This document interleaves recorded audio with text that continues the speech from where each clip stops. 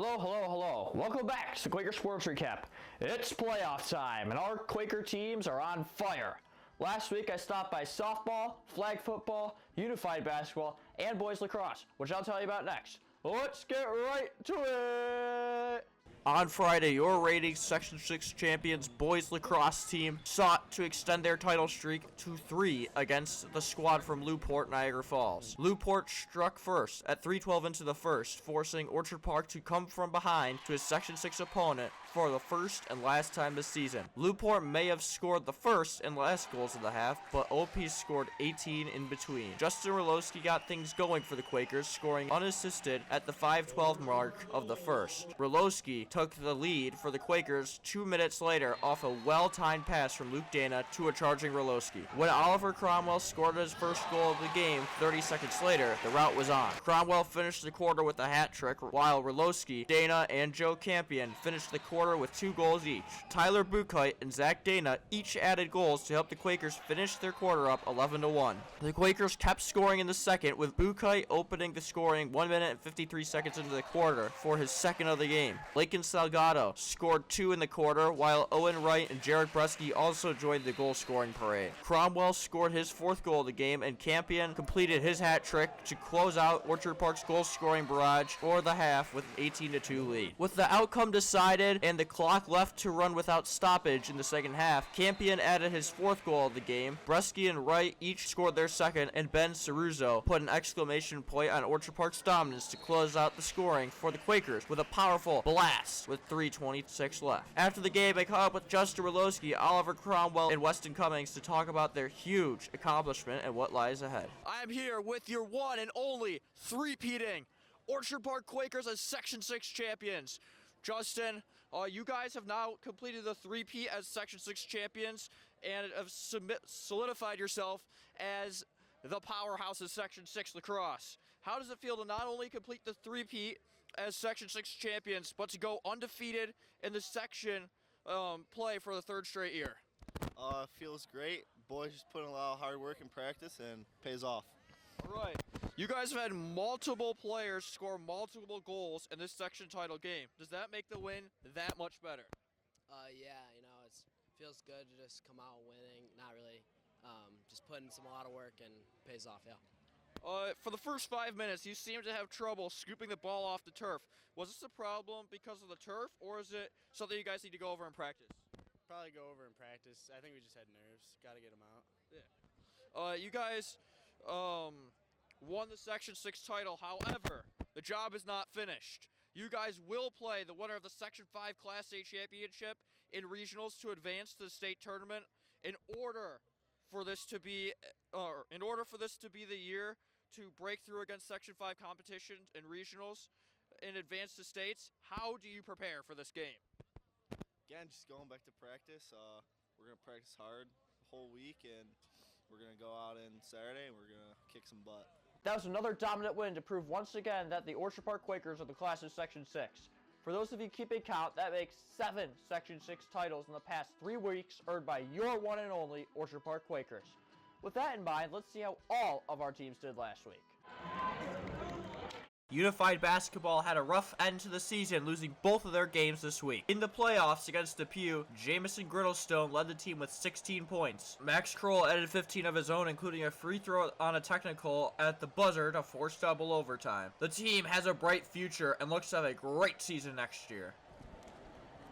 Boys track had a good weekend at the Section 6 championships, including a first-place finishes in a 100-meter dash by Maxim Bleimeister and in the 400-meter dash by Stephen Barlett. Girls track also had a wonderful weekend at the Section 6 championships, with first-place finishes from Lily Wisniewski at the 400-meter hurdles and Allie Schmitz in the pole vault, as well as the 4x100-meter relay team. Flag football won the Section 6 championship on Wednesday against Kenmore, avenging their loss from earlier this season. In the first stadium game for an OP team since 2012, the Quakers lost to the perennial Section 5 champion Penfield at regionals on Saturday. Girls lacrosse won the Section 6 championship on Thursday, beating rival Lancaster 12-11 in overtime. Mia Bradley led the team in points with 3 goals and 5 points, while Ella Fercucci and Sadie Bellinger each had 2 goals and 4 points. They will play regionals at Clarence High School on Saturday, June 7th at 11:30 a.m. against the Section 5 championship game winner. Boys varsity lacrosse won the Section 6 title for their 3rd straight year as they beat Newport Niagara Falls 22-7. Luke Dana led the team in points with 2 goals and 8 assists, while Oliver Cromwell and Joe Campion each added 4 goals in their game. They will play regionals on Saturday, June 7th at Churchville Chili Central High School at 11 a.m. against the winner of the Section 5 title game between. Boys tennis had a great day at sectionals featuring a first-place doubles finish by Griffin Watson and Taylor McGrath. Softball won the Section 6 title, winning 6-0 over Frontier. They will play in regionals on Saturday, June 7th at 4 p.m. against Webster Thomas at Grand Island High School. Truly incredible, Quakers. Up next, we have a 7 or so questions segment with girls multi-event track athlete Samantha Quayle. Let's learn a little bit more about Samantha.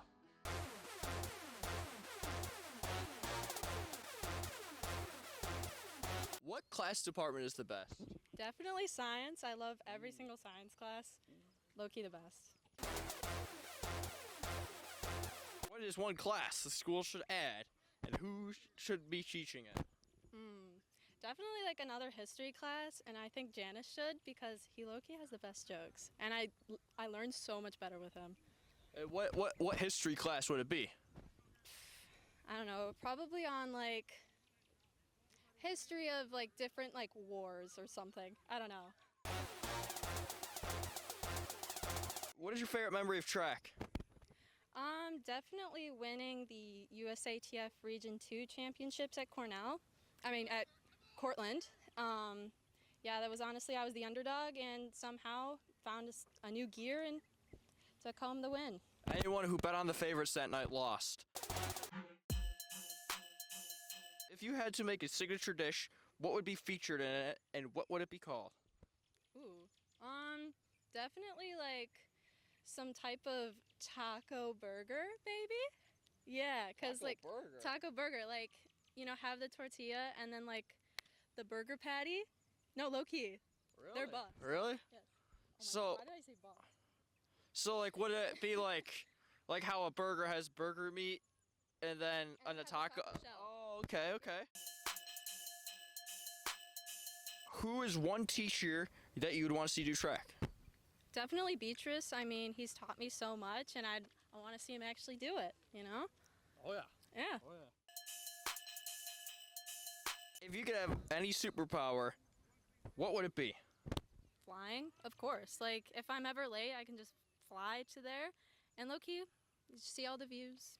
You can fly from your house to class. Like, you can wake up at 7:23, you fly, be in class. No traffic. Yeah, no traffic, unless there's birds. If you had a one sports team for the rest of your life to support, who would it be?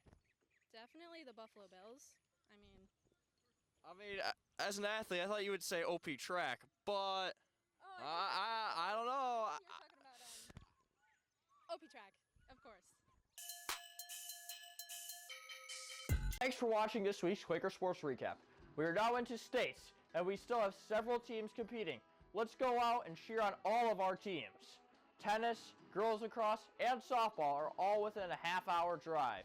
Hopefully, I'll see you there so together we can shout, "Go Quakers!"